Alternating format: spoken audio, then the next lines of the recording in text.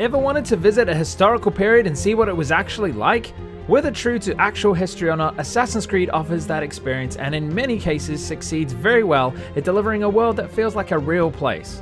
Assassin's Creed's alternative history simulators would be nothing without some of the amazing historical characters that we get to meet, become allies with, and in some cases even assassinate.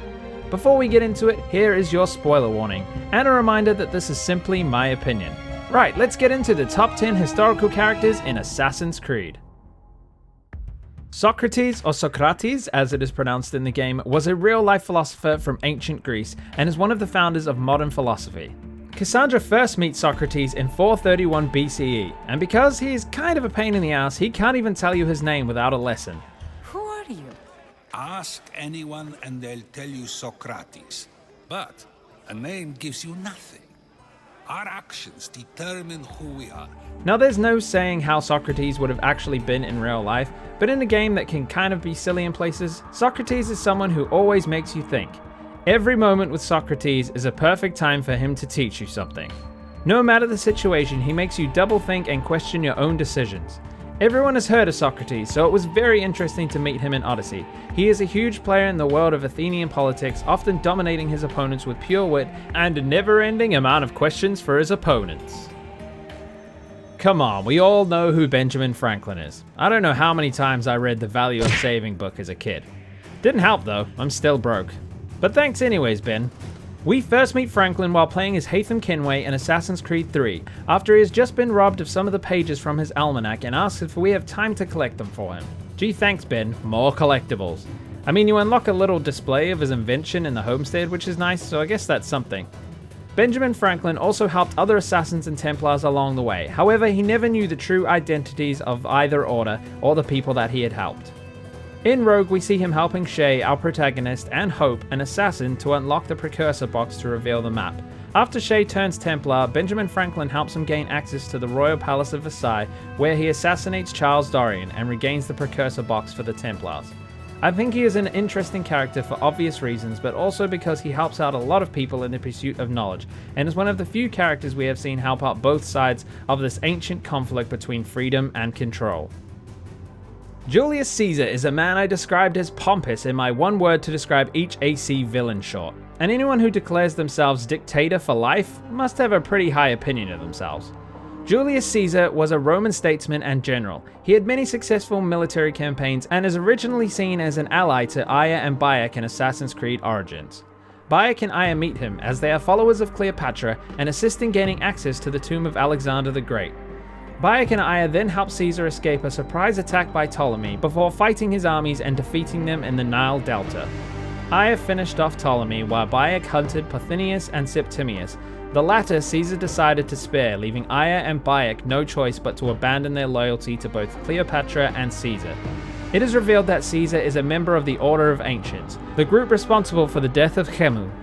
After appointing himself sole dictator for life, Caesar's assassination comes at the hand of Aya and other senators, some of which were hidden ones.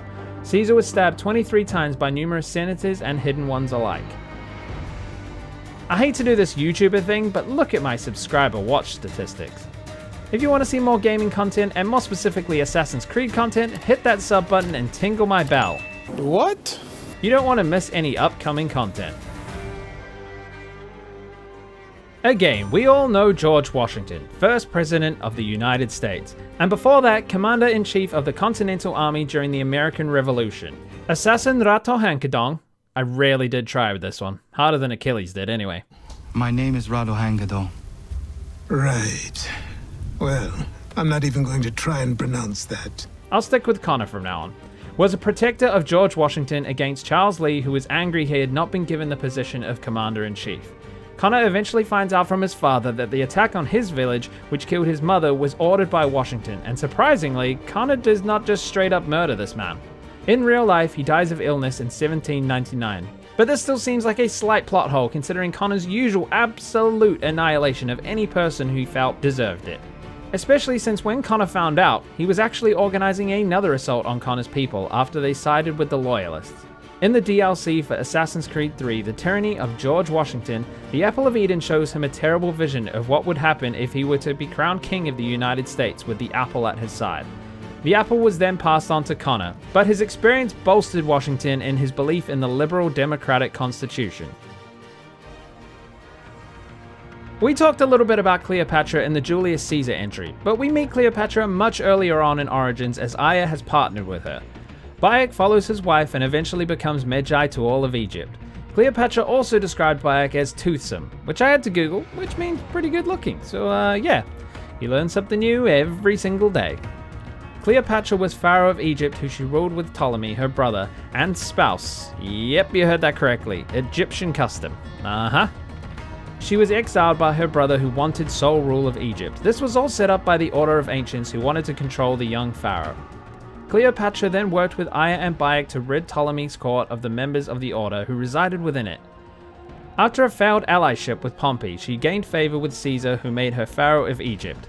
Cleopatra never married Caesar as it was illegal to marry foreigners in Rome at the time, so she remained his mistress until his death. Cleopatra was eventually forced to commit suicide via poison by Aya, now named Amunet. Niccolò Machiavelli was an Italian philosopher, humanist, writer, musician, playwright, diplomat, and mentor of the Italian Brotherhood of Assassins during the Italian Revolution. Busy guy. We saw him many times while playing as Ezio in both AC2 and Brotherhood. In Brotherhood, Volpe comes very close to killing Machiavelli as he believes he is a traitor. Luckily, Ezio figures out that he is not before Volpe can get to him. Machiavelli is an interesting character because he and Ezio disagree on many things, but he still respects everyone's opinions. Machiavelli fought alongside Ezio to dismantle the Borgia family and dethrone them from the power that they held in Rome and other parts of Italy. One of the best moments in Assassin's Creed 2 is when all the members reveal themselves to Ezio as being part of the same brotherhood as his father and uncle. This is a huge moment where Ezio's revenge story intertwines into the greater story of the game, revealing himself to be the Prophet as Machiavelli sneaks out from behind the other members and explains it to Ezio, where he then also reveals his true self. Alfred the Great was King of Wessex from 871 to 886, and became king to Anglo-Saxons after that for a further 13 years. King Alfred is a character who initially seems quite terrifying and commanding. However, after you meet him many times, you get to see another side of him. He is much more intelligent and thought-provoking than it would have initially seemed. It first appears that he is just another enemy of Eivor's as you attempt to wage war against his armies. Later on in the story, you discover him to be the Grand Magister of the Order of Ancients, a position passed on to him from his brother Athelred. Under the pseudonym of Poor Fellow Soldier of Christ, King Alfred had been passing information to Eivor to assist in the destruction of the Order of Ancients. King Alfred was a devout Christian and saw the Order as an insult to the Christian faith, having beliefs such as worshipping the Isu. Eivor allows Alfred to live, believing him no longer a threat after the Order was eliminated, unknowingly setting in place the circumstances that would lead to the creation of the Templar Order, an order created by Alfred that better aligned with his own beliefs, the Father of Understanding being the Christian God. I did the Borgia family as one here, as otherwise they might take up too many spots on the list. Yes, I cheated, okay guys, let's move on. The main antagonists of Ezio's first two games are both members of this family. Rodrigo Borgia is directly responsible for the death of half of Ezio's family. Ezio spends the entirety of AC2 chasing him down while getting wound up in a greater story. Eventually revealed to be the Grand Master of the Roman Rite of the Templar Order, he is an intriguing character as he also becomes Pope Alexander VI during the game's story, gaining even more power. Throughout the game, we also see him in the background of all the events, never quite getting to assassinate him as we take down the other members of his order. The few times we get to talk to or fight him, he seems determined yet a little bit insane. He claims to be the Prophet, and that it is his destiny to unlock the vault beneath the Vatican. His son, on the other hand, Cesare Borgia, is by all accounts 100% insane. A crazed madman who actually ends up killing his own father in his lust for power. Ezio fights many battles with Cesare throughout the game, narrowly missing his chance to take him down many times. However, Ezio finally tracks him down in Viana and leaves him to fate as he drops him from the castle. Cesare's last words being, "No man can murder me." Quick shout out to Lucrezia Borgia, who in-game was shown to be in an incestuous relationship with Cesare, just adding to his madness. Lucrezia is treated badly by her family. I mean, no wonder she's messed up. Her father betrothed her twice before she was even 13. She is another crazed Borgia family member who adds so much to Brotherhood, and is a great character. Even the Templars refer to this era of the Templars as the Dark Age of the Order, as their quest for power overshadowed and buried their true ideology. If you enjoyed this video so far, why not smack that like button for me? Thanks, I greatly appreciate it. The most famous pirate of them all, Blackbeard was a genius of piracy. He used intimidation and people's opinions as a tool to inspire fear and complete control of his victims. He pretended to be absolutely out of his mind in order to scare everyone and make himself famous, which he certainly did.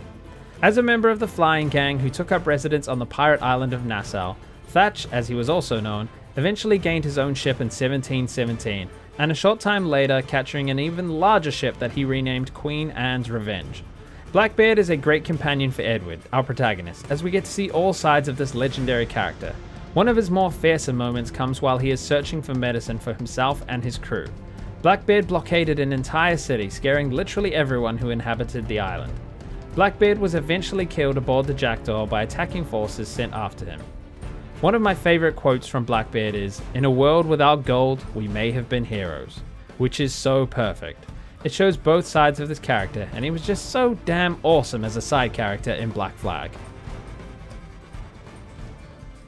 The first historical character I actually recognized as a child playing these games for the first time, Leonardo da Vinci.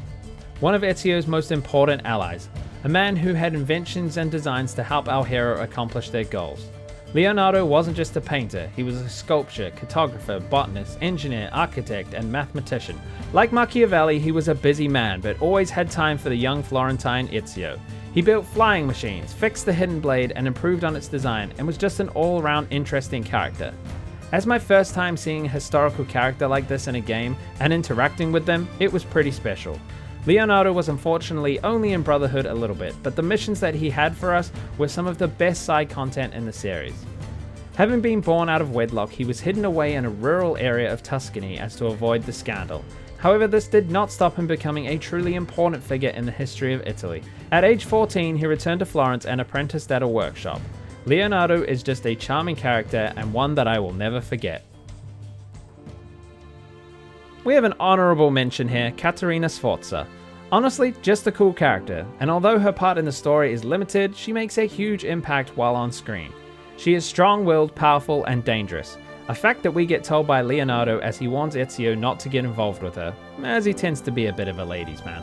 However, she does have intimate relations with Ezio, and I did like the relationship they have. And you know what? It's just a great excuse to play this clip. I'll give you nothing! You want my children? Take them!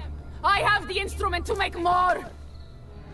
Why not check out these other Assassin's Creed videos on screen? This one's great. It's all about the coolest weapons in all of Assassin's Creed. Thanks to my patron Alex Applegate, and thanks for watching everyone. Stickz out.